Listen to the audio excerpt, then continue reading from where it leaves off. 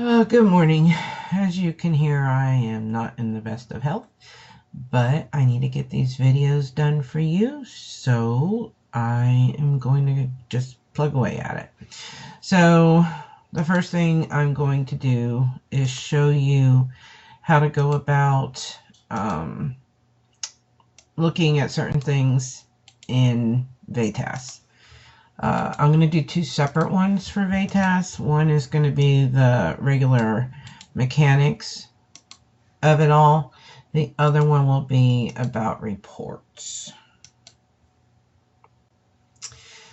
So as you see, I am signing in, and Jen, you will probably have the employee tab and the TL approver tab, and the other two will probably have the employee and supervisor tab. So you got to pay attention to your tabs. Sometimes I log in here, don't pay attention, I'm on TL approver, and I go and I do premium pay requests and click search, and there's nothing there. And I'm like, wait, there's always something there. So that's when I realize I'm on the wrong tab. So go over to the supervisor tab. And Jen, you can do the same thing from TL approver tab. The only thing you can't do from the TL approver level is approve premium pay requests for the supervisor level. You can approve leave, you can see leave, you can certify time cards, all that. You just cannot approve employee premium pay requests at the supervisor level, only the TL approver level. So we'll look at employee leave requests first.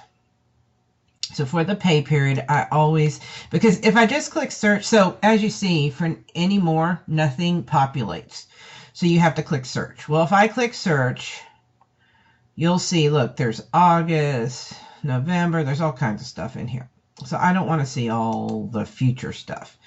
I only want to see through the end of the pay period. So I always click end of the pay period, click search, and then I can see what I can see. And as you can see, there are 59 right now. I like to always expand that all the way out, and I like to sort by supervisor. One of the reasons I do this is we have just a couple supervisors still that are in a TNL where they are in that TNL also. So I look for them and I'll approve those for them. It's only a couple, like until the person comes on for, I think he's about to, for Grand Junction or Dixon. She, you probably want to request a new TL there, but she's in her own TL. They only have the one there, plus the area manager one. So you might want to request a supervisor one there. But other than that, you see what you see. So what I'll do, you'll see on my examples, a lot of times I just take this total and I say, hey, we got, you know, over 50, over 59, over 60, whatever it is. Or I might give an exact number, but I usually don't. I just say, you know, over 100 or over 50, whatever. Now, on the last day, I might actually copy and paste this, highlight it all, and paste it into an email. If I do that, I'll probably take these two columns out once I paste it in there so that it's not so much. You could even take the timekeeper one out if you wanted to, because really all that matters is that the supervisors see it. And then I send it to those specific supervisors if I'm copy and pasting into it. I don't send it to everybody. So that's leave. That's basically all I do. Like I said, I do approve things on the very last day when it's getting close to the end. I will go in here and approve everything sometimes.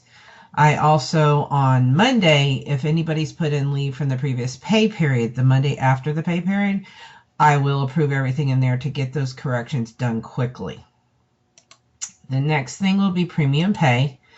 Just like the other one, no results show unless you click search. Now, the timekeepers will let you know if there's something that's been put in. We've got some old stuff in there still.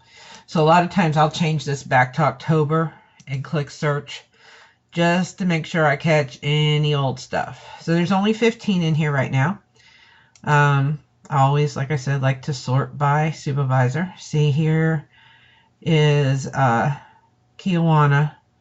So I'm going to go ahead and approve that so that Chris can approve at the next level. And I look at the rest. Everything looks good. And I just leave it at that. Okay. Again, if this was the last Friday and it was, later in the day, I would copy and paste this. I'd send it to all the supervisors and TL approvers. I take out these first two columns, their ID column, and these two columns in the middle. It just helps to fit better on the email. And I don't like having everybody's last four in there. So yeah, that. I mean, last fours are okay. That's why they have them like that. But still, I just don't see any reason to do that. I would say that the main takeaway from this is to make sure that you get your from date. Now, on Monday, I go ahead and just do to the end of the pay period because I don't care about anything that happened on Sunday. So at that point, then and look, it just went up because they put it one in. But at that point, I don't care about the new stuff. I just care about the old stuff. So I do put an end date in there. So select employee. That works like it always did. One thing I do is when I first come in here on Friday, I like to see how many have been validated. Now, all these corrected ones, I go in and I get them validated. Because otherwise, they're not going to go do it till the end of the pay period, and I like to keep them cleared out. Time cards, it automatically goes to the next one. If you do multiple leave or multiple premium pay requests, it does not go to the next one. You have to actually click the over arrow. All right, so all those corrections have been done. See, no more. So there's nothing validated now. So then you might want to see, is there anything else pending for last pay period? Pay period 6. And so this is a death, so that time card won't go. But you do see that there are some other corrected timesheets for last pay period still sitting there. And then you can see, so, on Friday, you're going to have a lot more validated than you will have saved usually that morning because they validate on Thursday. They start validating. Some stations want everything validated on Thursday. So you will see a lot validated on Thursday. Again, I always sort by supervisor. And that way too, if I'm looking at validated and I see Miss Dixon or Geese or someone, I can go ahead and approve them for them. I think Maldonado is the other one right now in Territory 1 who sometimes I have to sign off on stuff for him. Excuse me.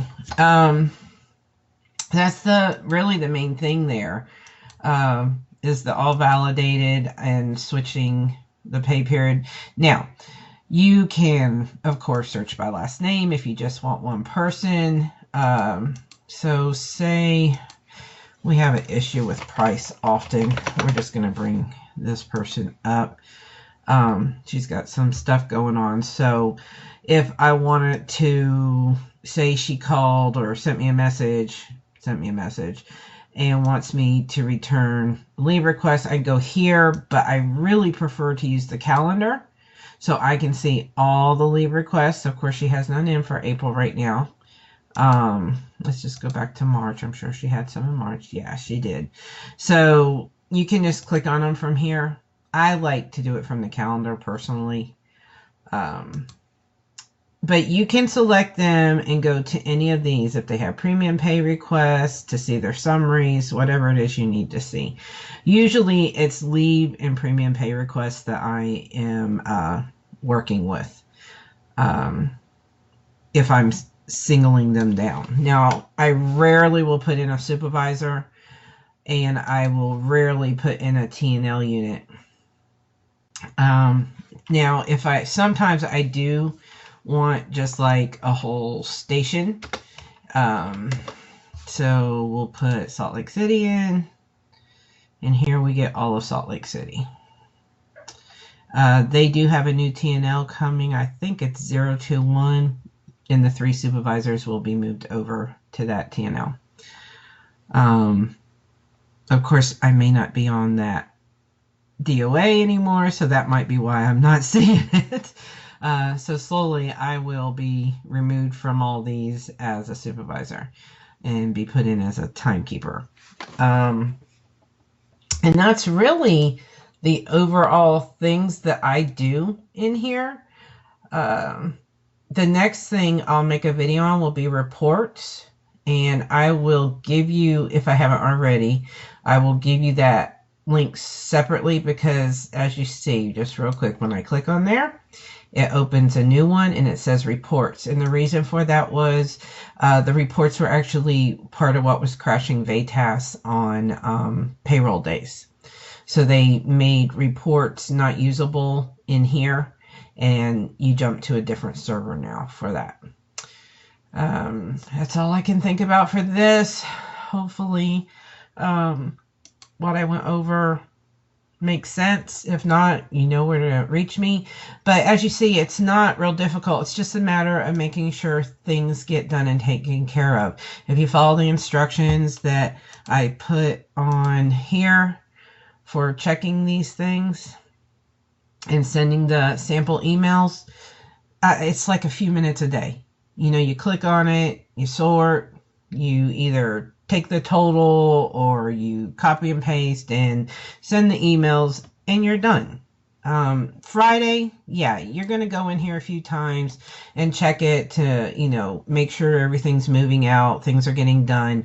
Towards the end of the day, like around 1 o'clock, if I see a lot of things, well, anything that I see and saved that I can't see either a leave request for or a premium pay request for, I go ahead and send the timekeepers a message saying, and a lot of times what I'll do, I'll bring them up on a Skype. I'll just put all of our timekeepers that have timesheets in there up on Skype in one group, and I'll say, hey, what's going on with this one? Is there anything you need from me? And that way I can find out what's going on with him. Because sometimes the stations have communicated things to him, like maybe a death or whatever that I'm not aware of. And so then it clarifies it, and I'll know whether I need to do something or whether that card's not going to go anywhere, whatever.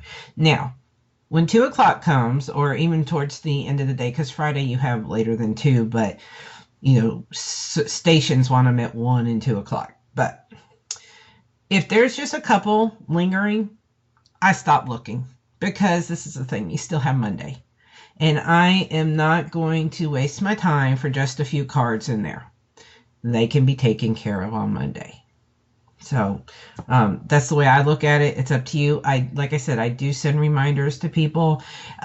Towards the end of the day, I'll, you know, before 2 o'clock, I'll send Skype messages to people saying, your time cards are ready for certification. Do you think you could go in and certify your timesheets now? That type of thing.